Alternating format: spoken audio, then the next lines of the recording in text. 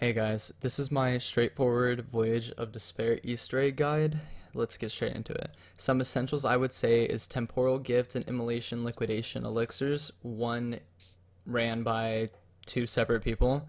The Scepter of Ra Specialist Weapon for sure. Dying Wish perk as well.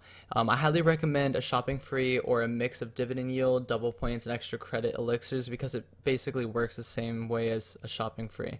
I'm also prerequisite gonna expect you to know how to do simple things like get all the parts and where all four Pack-a-Punch pedestals are. Just a heads up. Just tell me when to pop. We didn't have a shopping free, so right off the bat we did the dividend yield strat. If you don't know how that works, basically one person pops a dividend yield, the other ones pop a double points, and the dividend yield person picks up the extra credit. As long as the other players are around him, he'll share all his points, so you kind of just kill everything on round one, get a lot of points, and then you're able to open up to the back of the boat. From here, we need to get the Sentinel artifact, and that is the first step of the Easter egg. Right after that, immediately, go ahead and start getting all four Pack-a-Punch pedestals because that is literally the next step. You can't continue until you get all four. So just go hit them all. The step after you get the Pack-a-Punch pedestals, it's a little bit confusing, so just ignore the background playing gameplay, but how it works basically is we have to go find four symbols. One is a triangle, one is a downwards triangle, one is a normal upwards triangle with a line through it, and one is a downwards triangle with a line through it. We have to find where these four symbols are and a clock that corresponds to them. I'm going to show you all locations and clocks that correspond to them, and we have to write these down on a piece of paper so we remember them, because we're going to have to input these codes and their symbols into weird steering wheel things. You'll see. So right here is the first location for a triangle. As you see, it's not there in my game, but you know, it might be in yours, and there's the clock that corresponds to it. We're going to make our way, and that is in the mail rooms, by the way. But we're going to make our way up to the top. Here is a symbol, and right here it is a downwards triangle with a dash through it. So I write down the symbol, downwards triangle with a dash through it, and I look to the clock that corresponds to it, which is right here, as you'll see. Kind of take a little while in my game. Want to make sure. Yeah, it's right here. So I look at the time, the small hand is on 2 and the big hand is on 10. So I write down the time 2:10. Right here is another simple location that it can be. It's not here in my game, but here's the clock that corresponds to it. And into the first class lounge, here is another symbol location. It's an upwards triangle, and the clock that corresponds to it is over here on the mantle. Sometimes they take a second to render in, just give it a second and it'll, you'll see the numbers.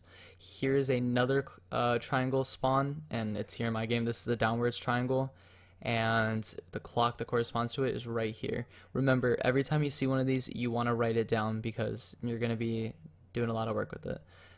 You can go all the way down to the third class, and this is the last spawn for a symbol in a clock, and it's here in my game. It is upwards triangle with a dash through it, and right across from it is the clock that corresponds to it.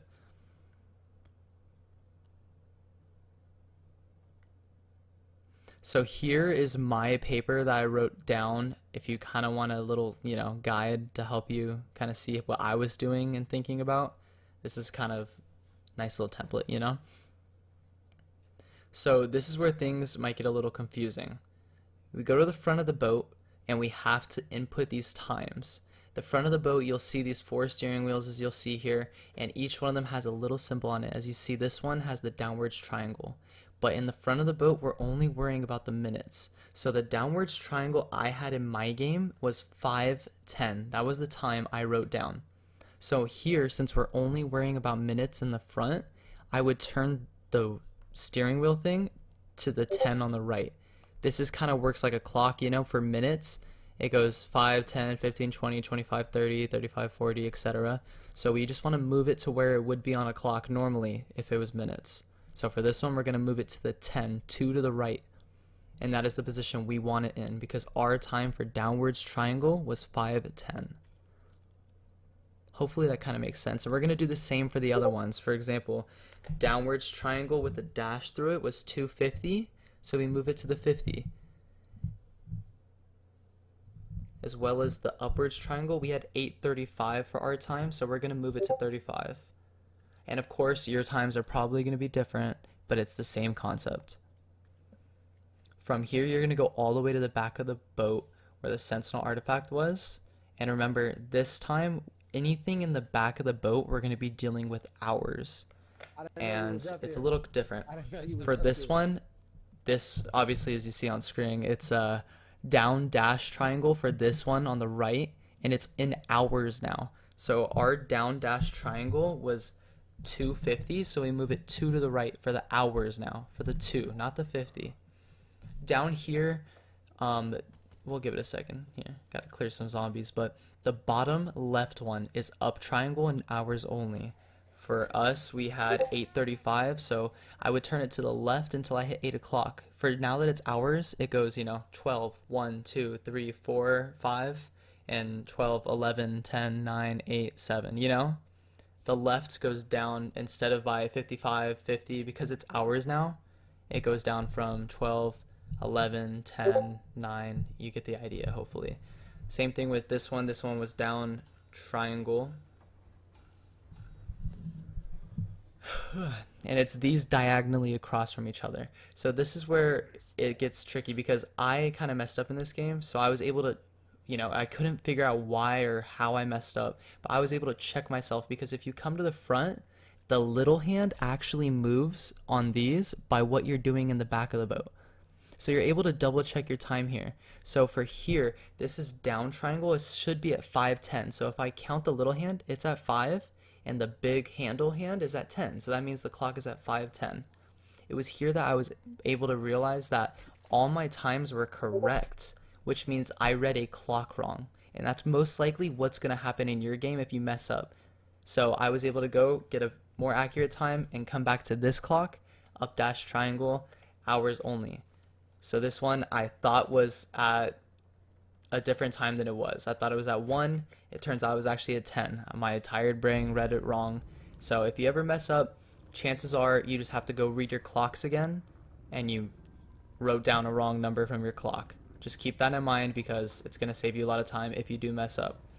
And like I said as well, maybe you just put it in wrong. You're able to double check your work by going to the front and figuring it out. Right here, you should be able to hear the audio of what it sounds like when you get it right. I'll let you hear it.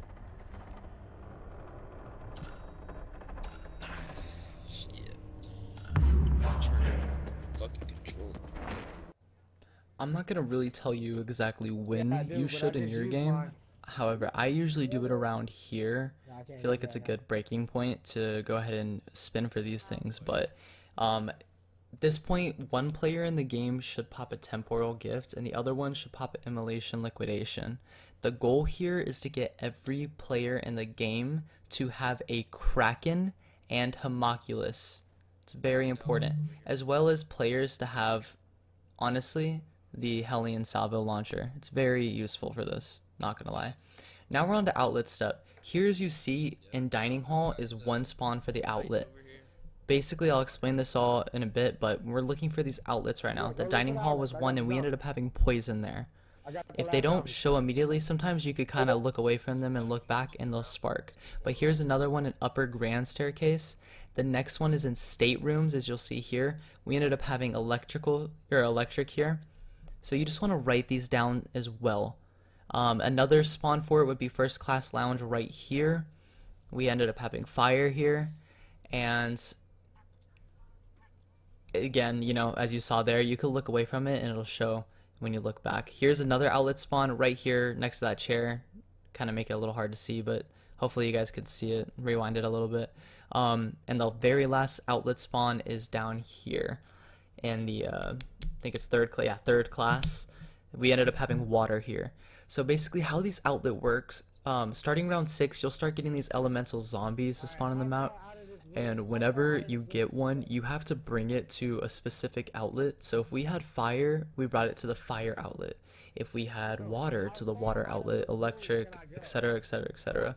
So you'll see here in a minute that the fire zombie spawns in, and we're going to go ahead and kill it right next to the outlet.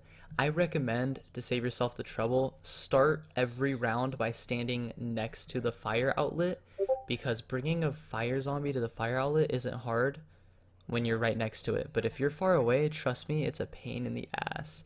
So as you see here, we kill him next to the outlet and this portal spawns. And basically we have to do it for all four.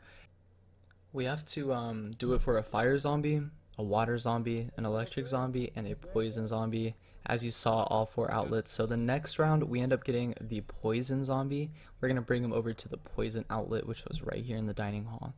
So these are portals kind of spawn us in lockdowns. So whenever we choose to go into it, we can go into a lockdown to kind of do the next step of the Easter egg. The order of the lockdowns will always be and have to be poison first, water, electric, then fire.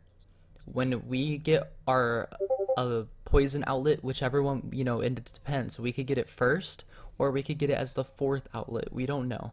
But when we get poison, we all go up to it, hold square, and it'll spawn us in the first lockdown. I recommend while doing this lockdown to pick up a gas zombie or poison zombie's heart that drops on the floor. How you get these are killing them with the Kraken. It's very important because we need it for an Easter egg step, so at least one player needs to have it. And basically I did a lot of the work for this Easter egg, so I ended up needing to get a poison one and then a ice one. So if you plan on doing most of the work, then definitely get it during this step, and I'll explain why. Homunculus and Kraken are very good too for these lockdowns, so you want to spin those fire sales and get everyone set up pretty well before you go into these.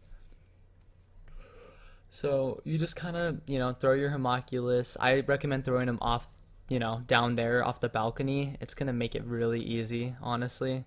And eventually you'll end up finishing, and you want to make sure to grab the max ammo and the carpenter in the back. But when you're done with these lockdowns, you'll get some kind of weird effect on your screen that you'll see in a second right there, and that's pretty much it. You're on to the next step, which is the next outlet. So once the next one was water. It goes poison, water, electric, and then fire. So meanwhile, while you're waiting for the water, you can upgrade your Kraken, as you saw there. I went and put the heart on my Kraken, so I have a gas Kraken. So here was our water outlet. The next round we got a water zombie. We kill it right in front of the outlet, and it spawns in another portal. Since water is the next portal we need to take and complete, we decide to go right then and there. So this one's a little bit trickier though. It's not that much worse, but it's underwater. So those homunculuses come, I don't know what the plural is, but I guess it's just homunculus. The homunculus come very in handy. Trust me, the Krakens come very in handy for this one. The main goal is just to kill all the Blight Fathers and the big fiery guys. I kind of forgot their name. Don't sue me. But yeah, so also as you saw there, I picked up an ice part. So while I have this gas Kraken, which I'll need for later, I can carry an ice part and be ready to upgrade later when I need it to. So as you see here, like the foot is the ice part. So I just carry that in my inventory, and I'm able to have the gas Kraken while I'm ready for the water one. Here you can see we're at the electrical outlet, which is next, and we're gonna go ahead and do that one, kill it right next to the outlet. It spawns the electrical portal. So once we're all ready, we all hold square on it. It's gonna take us to the next lockdown. The first and third lockdowns you get max ammos. The second and fourth you don't. So just keep that in mind with throwing homunculus and all that. So this one, same thing. It's just a bunch of electric zombies, a bunch of Blight Fathers. Just throw your homunculus, Kraken, everything, and you'll be fine. So here's a very important thing. As you see there, we picked up the Sentinel artifact. After each one of your lockdowns, you have to pick it up. We kind of forgot and couldn't go into our fire lockdown, and we're very confused. It's because we didn't pick up the Sentinel artifact from our last lockdown we did. So make sure to do that. And same thing for this one. This one's a little bit harder though. There's a lot of stokers, that's their name, I forgot. A lot of stokers and fire zombies. So it's very useful to come up to the top floor like we are here and just cracking everything from a distance, because fire zombies explode, cause you damage, so do the stokers. Everything in this area will cause you hella damage. Monkey bombs and keeping a distance with your Kraken are very useful. Eventually you'll end up finishing, and It's Yeah, gonna that do the shit broke same the effect camera. that it does, It went through the you know, wall. where your screen goes like this weird white mode. I don't know. But whenever you finish, you're gonna go ahead and go down and pick up the Sentinel artifact, and it's gonna be golden. And from this point right here is where your gas kraken is actually gonna come in handy. So you pick up the Sentinel artifact, and then you're gonna go in the room straight across from where you just were to where the Pack-a-Punch spawns. It's most likely not going to be there. We lucked out it was there, the Pack-a-Punch, but it doesn't have to be there for this. Next, we're going to shoot these blue pipes and just kind of follow exactly what I shoot. You'll see the blue pipes having steam kind of flying out from them. Just shoot exactly where I shoot in the pipes and you'll get it. There should be about, I think, 9 of them. I don't know. But here's the first one, as you saw right there. I shot it and it shoots that weird little water spark almost. The next one is right there. They're all the blue pipes, by the way. So there's the second one. The third one is going to be right there. Just shoot it. You should see water sparking from it, and that's how you know you've hit it. The fourth one will be right there. Also, keep in mind, you absolutely need a gas kraken for this. You cannot do it with any other type of kraken. There's the next one. The next one. They're somewhere a little weird to hit too. You have to hit them at an angle, by the way, so keep that in mind. And here's this one, and then there's one more, which is right here. This one's a little weird. But once you hit it, you'll see that water starts to go crazy and fills up the room. From here, the room will become flooded, and you have to Pack-a-Punch the Sentinel artifact. All you have to do is walk up to the Pack-a-Punch when the room's flooded, and Pack-a-Punch it and pick it back up. If the Pack-a-Punch is not in there, don't worry. All you have to do is end the round at the beginning of the next round. No matter what, the Pack-a-Punch will spawn in there when the room's flooded. Just Pack-a-Punch the Sentinel artifact, and then go ahead and drain the water. Now this is basically the step that really throws everyone off, and I'm trying to explain it as well as I can, but it's really complicated. For this next step, we're going to be shooting planets out of the sky and collecting them. So in order to start this, we have to go around and find these little symbols. But it's very important to remember where these symbols were and their locations. So this first one will be in Boiler Room right here. You have to lay down to grab it. And just hold square on it, or X, or F, whatever console you're playing on, and you'll be able to, grab the symbol or whatever.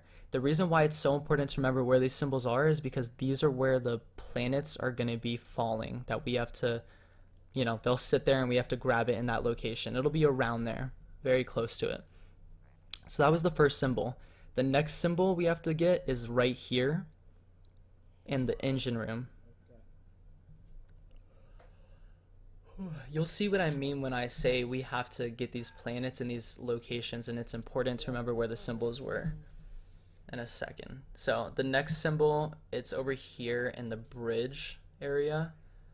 It's next to a wardrobe, but while I'm kind of looking for it, remember that even though it's important to remember where the symbol was, just the location, like for example, bridge, is where this one is, because the planet won't always spawn exactly where the symbol was. It'll be somewhere around there. So just remember the location. When I say bridge, remember, okay, that's where the symbol there was, kind of. So that's the next symbol. Also, you have to pick up every symbol in order to even do this next step. So just follow the little, video I have going on here, and you'll be fine. So here's the next symbol for the sun.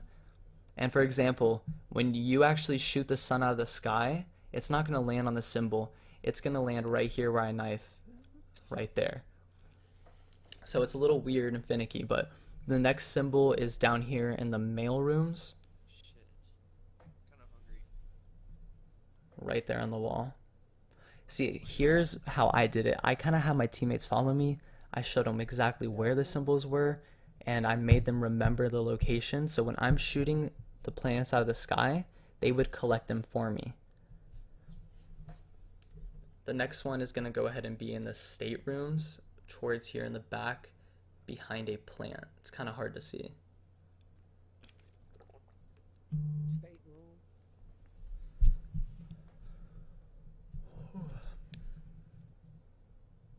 The next one is you go down this hallway and it's in the millionaire suites. You just have to lie down on this table.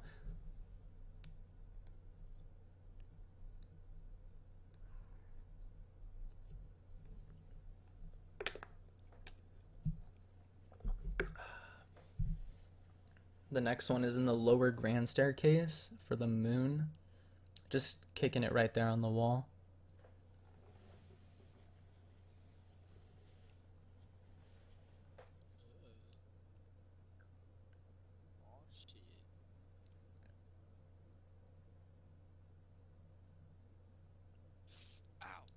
And the next one is on the aft decks. Before we even get into the next part, I'm going to start explaining it now. Basically, there's a solar system kind of planet thing, and it's going to light up on specific planets. It's very important that you take your phone out, or better have a really fast handwriting and write this down, because you will not remember it, I'm pretty sure. So take your phone out, record it in slow-mo. That's what I did, and I put my, or at least slowed the video down for you. So you come over here and the box will open up. It was a closed crate. It'll only open up when you go get all the symbols. But the next step here is just record this and play it back slow and remember. So I'll write the planets' names next to them in a second. They'll pop up, but for now I have the surrounding things. These are the planets, the color, and where to find them after you shoot them from the sky. For example, when I shoot Mars, which is red, it'll be in the boiler room. Okay. I also wrote labels next to the planets. It kind of moves the screen around a little bit because it's, you know, on the boat. So hopefully you remember them. But all you have to do is look at this, see, okay, right now the sun is lit up. So I'm going to write down sun as the last one, 9, you know, and then I'll know that when I shoot sun out of the sky, it'll land on forecast. So just pause this video and go back and try to make sense of it for yourself. Get a good understanding of it. It's really not that hard. I'm going to show you me shooting the first one out of the, well, not sky. This one's in the water, actually. It's Neptune. It's blue. So this is what it looks like. You shoot the planet, it flies up, and it's going to land where I said it would. And I said aft decks. And, you know, when you shoot Neptune out of the water, it'll always land in aft deck right here. Pick it up. Bingo.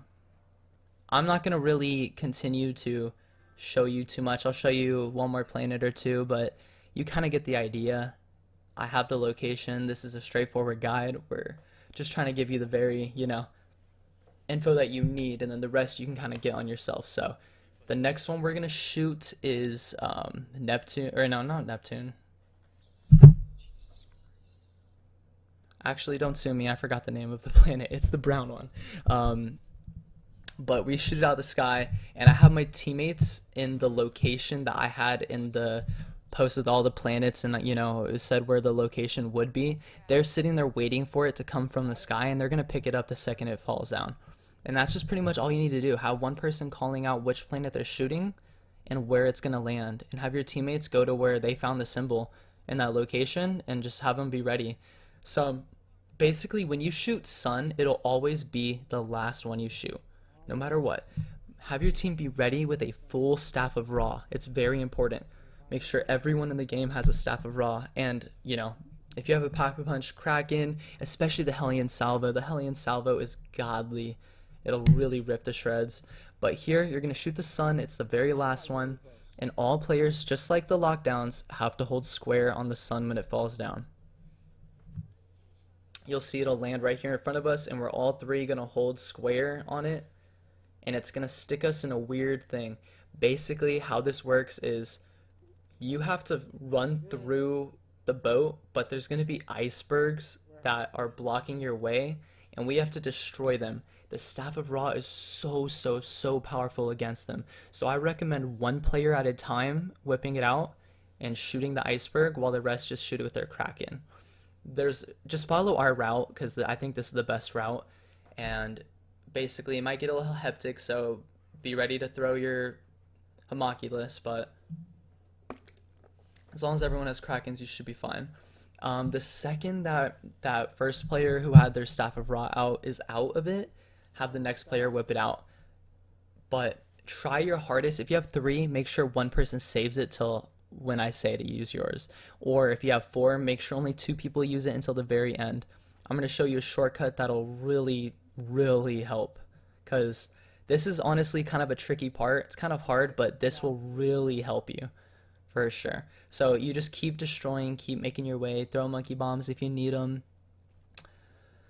And then basically, there's about four more icebergs after this one that you need to destroy. However, if you can hit this last one at an angle, you'll be able to end it immediately. So as you see here, I throw my homunculus, and then I'm the last one with the staff. So I come over here, instead of destroying the other ones that are in order, I just start shooting the last one. And that's all you need to do. As long as you can destroy that last one and have decent aim, you're able to almost bypass like 3 icebergs, and it really helps save time. And as you see here, my screen starts freezing, and if you fail this, your screen will freeze over, and I think you have to do the whole planet step over again, or maybe you just go get sun again, I don't know. But here I freak out because I'm all freezing, and I just spray it. End up getting it. From here, you guys are ready to go to the boss fight, so there should be a portal on the back, but before you guys go ahead and hold square on it, or X or whatever, I keep saying square, but before you guys do that, make sure you guys are pack-a-punched, especially, honestly, make sure you have a Helion. It's really going to help, a Helion salvo. Make sure it's pack-a-punched, make sure you guys have Krakens, all your perks, whatever you guys need, because depending, if you guys all have homunculus, this Easter egg should be a breeze. If you guys only have like one person with homunculus, this Easter egg is going to be so hard, but it's okay. We're going to schmop it nonetheless. So basically, after you hold square, all you have to do, swim to the tree, and I'm going to stop saying hold square. Interact with the Sentinel artifact.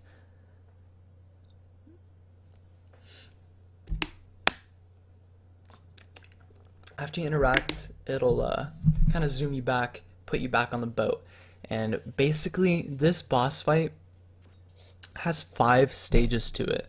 The first stage, you don't have to worry much, it's just about surviving. Same thing with the second stage. Don't worry much, just survive. The third stage is where things get a little tricky. It's not just surviving, it's actually dealing a lot of damage to the boss. The fourth stage is the same. It's not just surviving, it's dealing damage to the boss. Now the fifth stage, just dealing damage to the boss, but there's also a screaming, screeching noise that it makes, and that means you have to damage it as much as you can, and if you don't, it'll instantly knock your whole team and end your game. So you have to be careful in that fifth stage. But here, we spawn here in the first stage, just kind of run around, don't trip too much. I'm going to go ahead and fast forward this because it's a straightforward guide. We don't need to see all this intro cutscene, but nonetheless, as well, like you see it's an eye in the background, surprise, surprise. Oh well, didn't mean to ruin it, but don't care, we got to get through the strats here. So the eye, in the third, fourth, and fifth stage, we have to damage it. But the only way to damage it is by shooting it when it's shooting you, because the eye will shoot you. Also, right as soon as you get that weird flashy screen, that means you finished the stage. Get the max ammo Carpenter before you teleport. Trust. You need those homunculus. Second stage, same thing, just survive. You know, I like to throw a homunculus one by one with my teammates and then just murk all the big guys, because the Blightfather and the Stokers are the ones that you need to kill to move on. But still, the eye, if you get caught in its laser beam that's shooting you, it doesn't hurt too much, but it'll freeze you and you have to knife your screen. Just keep that in mind. So be careful with that. Again, this stage, honestly, I would recommend for the first and second one to not really stick right next to your team, because the more spread out you are, I find it a little bit easier. But here we pick up the max ammo on the Carpenter, we're on to the third stage. This is where things get a little tricky. To me, the best strat for this is to have 2 teammates run to the front doors, as you'll see here. Just like I'm doing, just come all the way up to the front and stand a little bit to the side so that the guy can't hurt you. The eye, excuse me. But here you'll see that's the laser beam it does, and you have to damage it while it's shooting that down the hallway. if you have the ice kraken like I do, you should sit here and just shoot at your teammates' feet as it'll slow zombies down and hurt them, and it's pretty good as like a support gun. So let your teammates who have the Helion salvo and the good guns do hella damage to the boss while you just sit there and kind of protect them. Whenever you guys throw monkey bombs, make sure to throw them at the back of the boat like I am right here. Get everything off of you. And it's pretty easy, especially if you have the Helion. Honestly, the Helion will make this boss fight so easy. You will just wreck him. So it's very good. But just, again, stand to the sides because you don't want to get stuck in that little frozen thing, that the effect that the boss has. So as long as you stand a little bit to the side of the doors, you'll be fine.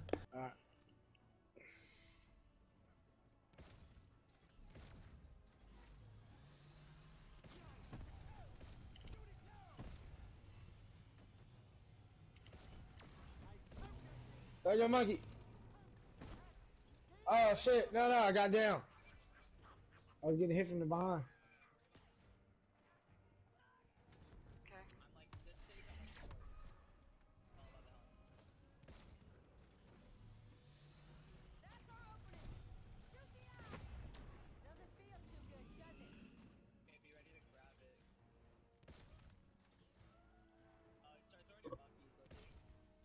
Mine?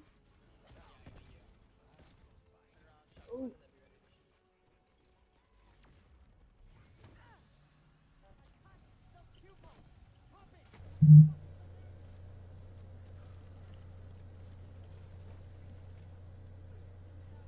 I don't know if you guys saw that right there, but I got frozen for a second and I instantly melee'd and it took me right out of it. So don't be too scared of the lights or the eyes light. There, you know, you shouldn't stand directly in it because it will fuck you up a little bit, but you don't gotta worry too much about it. And there you see we finished this stage. Collect the max ammo on the carpenter. We're on to the 4th stage. It's pretty much the same thing, but there's a little exception to it. The first thing you want to do is run all the way to the right side, all the way over, or in the front side, I guess, I don't know. Once you're over here, just stand there and the boss will be forced to spawn right next to you, making it a little bit faster, a little bit easier. And as long as you shouldn't open that the garden doors too. I don't know what room that is, but right next to us, we kept the doors shut, and I feel like it kind of made it easier. So, you know, new strat. Remember that for your game. All you have to do here is wait till the eye is about to laser, throw one homunculus, and then beam him. Then wait for the eye to laser again, throw another homunculus, and then just beam him. And if you know, there's 3 players of us, we had 6 homunculuses for every lockdown, and it was so easy. And if there's 4 of you, that's only, you know, the more the merrier. Eventually, you'll finish, and we're on to the 5th stage. We're in the same place as the first stage on the poop deck. The only difference is we have to listen to a loud screeching. When he screeches, we have to deal a shit ton of damage to that boss, and if we don't, then we dead straight up. So make sure that it was not it. I think it was it at first, but that wasn't it. You'll know when it's it. I'll show you a little audio clip of it, but you'll know, trust me. So all you have to do is same thing, stay at the back of the boat as well, because it'll force him to stay there. So he's gonna do a laser beam. Just throw your homunculuses at the front. He's gonna do a laser beam. He does, I think, 2 or 3, and then he does his screeching. So as long as you stay at the back of the boat, everything will, you know, be chilling. He will stay there, and you just do you. Keep throwing your homunculus. I got my monkey. I got my monkey out now. Wait for his screeching. Yeah, see here I go to turn on my audio because I want to show you guys the screeching. Oh shit, I threw it on accident. So, as soon as he does his 3rd laser, perfectly. Right after you destroy him from his laser, he does the screeching right here.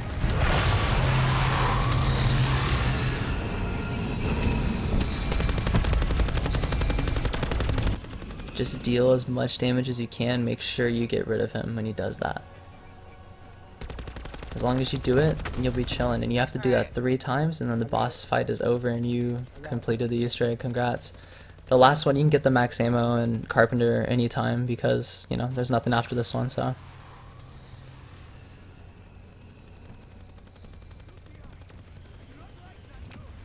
and that's it. Good luck. I wish you guys well. I hope this guy was helpful. If you guys enjoyed it and you guys want more, let me know, because I want to kind of make this little mini series, and yeah, I enjoyed making it. So let me know what you guys want next. Please, if you enjoyed, like, subscribe, leave a comment. Let me know what map I should do, because if not, I'm just gonna go do some booth map, and you guys are gonna be like, why would I want this map? So let me know so I could go make a guide on something you guys actually want. Nonetheless, you guys have a wonderful day. Good luck with your Easter egg.